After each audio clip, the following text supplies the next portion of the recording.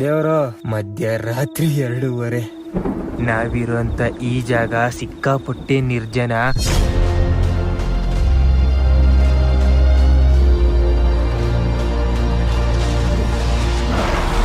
ಕಪ್ಪೆಗಳಂತೂ ಕೊರ್ರ ಕೊರ್ರ ಕೊರ್ರ ಕೊರ್ರ ಅಂತ ಕೂಗ್ತವೆ.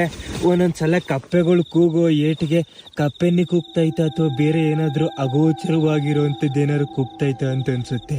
ಇದೇ ಟೆಂಟ್ ಅಲ್ಲಿ ಇಲ್ಲಿ ನಾವು ರಾತ್ರಿನ ಕಳೆದ್ವಿ. ರಾತ್ರಿ ಅಂತೂ ಸಿಕ್ಕಾಪಟ್ಟೆ ಭಯಂಕರವಾಗಿರುತ್ತೆ, ಒಳ್ಳೆ ಸ್ಮಶಾನ ಮೌನ ಸುತ್ತಮುತ್ತ.